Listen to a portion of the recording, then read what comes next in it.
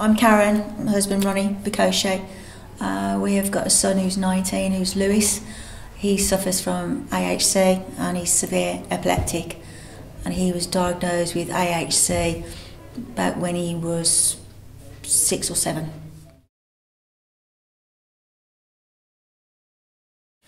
Loss of muscle tone. Yeah, it's a loss of muscle tone, and the thing is that if it carries on all day, then it could affect him not eating, or even drinking, because unfortunately it just he can't swallow it. Sometimes it'll affect the left side or the right side, and then sometimes it will affect all his body.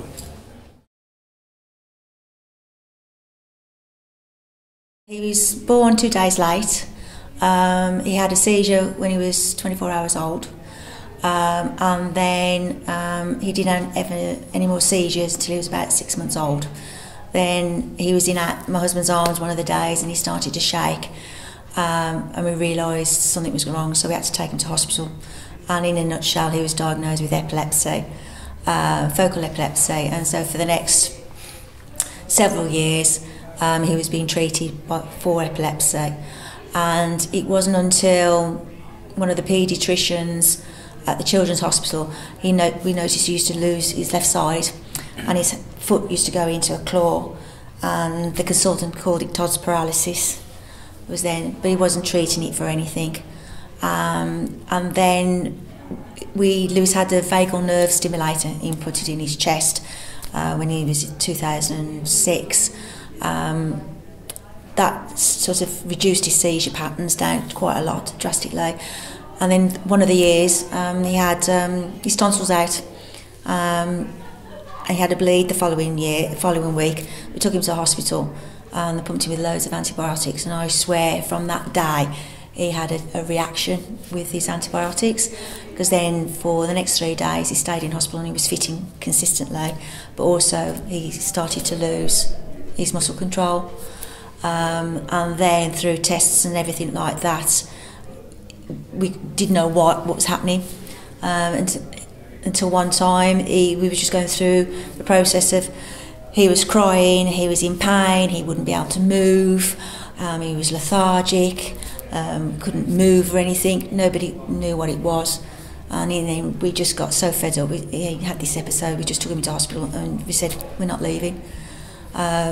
We put him on the ward, we'd done all sorts of tests, they still didn't know what it was. And then when we went to a clinic review, one of the consultants just said, oh, he's got alternating hemiplegia. Didn't know what it was. Haven't heard of it, couldn't even pronounce it. And I remember that day when he was diagnosed, he was going into respite, and I was saying it to his key worker, and she knew about it because there was another little boy in respite who'd also got it, the same condition as well. So yeah, so that was when he was about 2007, when he was 7, he was diagnosed, and we've just learnt with that and his epilepsy all the way along.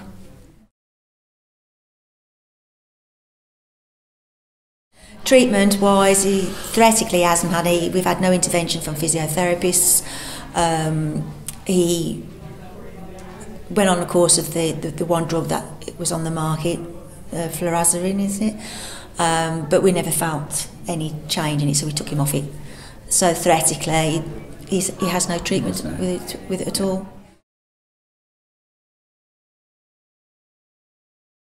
The only medication he's on is for his epilepsy, and he's got uncontrollable epilepsy. So if you say how many episodes a day does he have, he'll have we call it a hemi, most days, whether it's minor, or then he can have a full-blown hemi where it affects the whole of his muscles, except for one hand, and he can still raise that hand and hit you. Again, like my husband said, it affects his throat muscles sometimes, where his throat muscles go paralysed. So you have to stop feeding him. And it's a sorry sight because he grabs the bowl because he wants to feed and he can't feed because he's lost it. So the severity of AHC, it just all depends. I mean, he can just be in a chair, you could be feeding him and the his food's coming out of his mouth, and you know that he's having a hemi in his throat muscles, and you have to take it away, move him onto the settee, and just wait for it to recover. I think some of the frustrating situations that you can get with this kind of illness is like the other day, he was sitting in the car. Prior to that, he was quite capable of walking to the car, getting in the car. But he was sitting in the car, I arrived home, opened the door, and he just lost it. He just could not move, you know, and it was difficult then because Lewis he's probably about 10 stone and he's taller than me. And it was difficult then to actually get him into the house, you know. But there's nothing sort of comes up like, you know, a shouting or anything like that. It just happens, just like that. And I managed to get him in the house, put him on the settee. So I went in the kitchen to put the kettle on. Next thing you know, he walked in the kitchen. You know, and that's the unfortunate part about it. You just don't know when it's coming on. You just don't know when it's going to finish. But then on other days, it could just last all day long.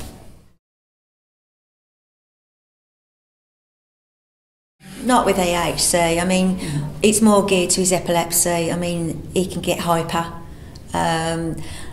He's got autistic traits, so he could be sitting on his knees and he could be ripping up a piece of paper.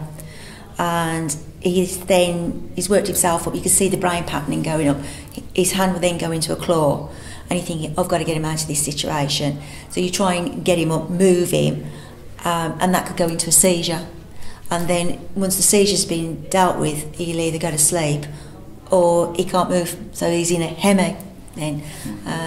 So with the hemiplegias, nothing really triggers him. You have to watch it with epilepsy because mainly it's hyperactivity that tends to get him. But again, you just don't know when it's going to happen.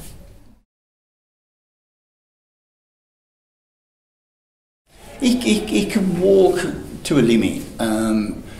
He has good days, bad days, but generally, if he is walking, he's got to hold on to something. You know, he's got to feel that security, really. But then on occasions, like he could probably walk from this one side to the other side, you know, but not very often. Majority of the time he's in a wheelchair, purely because he could walk out, but you just don't know when he's going to drop, whether that's through a hemi or whether that's just, I've had enough and I'm just going onto the floor. So you have to take his wheelchair with him all the time. But he's recently having a lot of this eye stigmatism, where his eyes are going from side to side, and that's affecting his balance, and that's affecting his insecurity. So ideally he's holding on to you all the time, and because he's like 10 stone and he grabs you, you have got to balance yourself and support him as well. And generally he's I don't know whether he's lazy, but it's like if you're trying to put him in a chair, he'll just fall back as if to say, you lift me and put it in there. So you have to be aware of your weight to his weight to do this.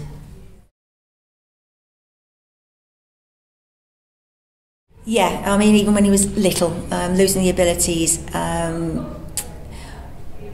it takes him a while to get back motivated, and generally if you can get him to bed, to get him to sleep, and if he has a good sleep, then he's better up in the morning.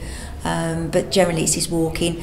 If he starts to recover from a hemiplegia, it's usually one side, so he'll crawl into the kitchen on one side more than anything else, and then he just suddenly gets up and goes hello, and you know he's back to okay again. But it sometimes takes longer, but he just brings it back. We actually stayed at the hotel last night with a couple that's recently, their child's been diagnosed with it. My comments were that you look on the internet today, and to be honest with you, one time it used to be quite interesting. Now there's loads of stuff on there that can give you information that's not really beneficial. I think coming to a meeting like this where you've got parents that have got children, and the children are older, like ours, you know, he's 19, and the experiences and stuff that you've tried and everything, I think that's where it comes in. That's where the help comes in. Because, like Karen says, when he was first diagnosed, we just didn't know where to go, what to do, you know. And it's good that there's a group of people, all of us, you know, that are all sort of just helping. And it may not happen in the next 2 years, but in the next 10 years, it might be a lot more different, you know, for children in the future that may, you know, come up with this illness. I mean, my recommendation is I help run a support group for children with additional needs, and Lewis is one of the oldest, so I don't get much support from them because all their children are little. But I get great satisfaction of being able to help them and advise because I've been through it. And if a parent has just been newly diagnosed, join a support group. I think that is the more, because when you do read off the internet, you could get very upset with some of the research that's going on. But really, it's word to word. It's speaking to another parent to hear their side of it, and I think then they can make their own minds up and how they feel, and it's not so daunting then, where if you're reading paperwork you're thinking, oh my God, you know, you can think the worst, but if you're actually speaking to somebody else, it's probably not so bad. It's an helpful instant. Yeah, it's a great support. Not with hemiplegia. Lewis's rescue medication is buccal and bromaldehyde. He used to have diazepam when he was little, but because he used to have respiratory problems, diazepam can suffer with those. So he's on an old drug called bromaldehyde, which a lot of people don't know how to use it or never heard of it, but that suits him.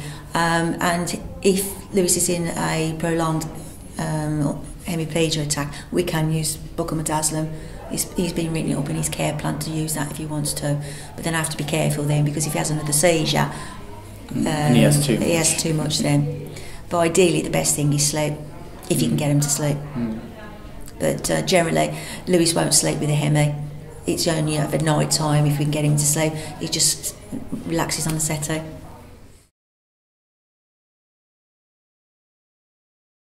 I think they've got to not dismiss anything that what the parents say, even if it does sound a bit over-exaggerated. Prime example, if you would say something like, we've found that when he has this type of food, you know what I mean, because it's an illness that hasn't had a great deal of research, at the end of the day, you've got to look at every avenue, you know. And like we says earlier to one of the doctors, like you probably will never cure it, but at the end of the day, if you could make it just far more easier and you know, sort of for the child, then that's obviously going to be the best thing. I mean, really, just try and find a cure. You know, carry on doing all the research as much as well, because when we first got diagnosed, there was nothing out there. So, but now, 10 years on, they found the gene, which is now released more money for investigation, and just carry on doing it and try and find a reason. You know, I mean, if somebody said to me, what's the worst, epilepsy or alternating hemiplegia? If I found the cure for one, what would you like? And I said, well, with alternating hemiplegia, he can sleep all day or not move. Then with a seizure, I can deal with it and get it over and done with. But just carry on with the research. I think that's the best thing.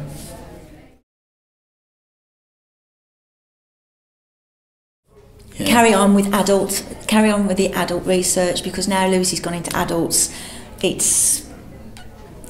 There's more investigation with children, and there's more work with children. But as soon as you go into adults, things tend to stop, and the adults have a hard enough life. As you know, it's harder for an adult than it is for a child. I think if there's anything that I can add, I mean, I don't know whether it'll help out, but many years ago, when Lewis was very young and he had a seizure, he was in a hospital in Birmingham, and there was another lady there with a young girl, she was only 6, and she was having probably 50 seizures a day, which is a lot, you know. And her advice to us was, never let epilepsy or any illness stop you doing what you want to do. And I think it never has, No. because, you know, even though it, you know, to take Lewis away and abroad, you know, you need such a lot of equipment, but at the end of the day, it's never stopped us. So, Don't give up. yeah.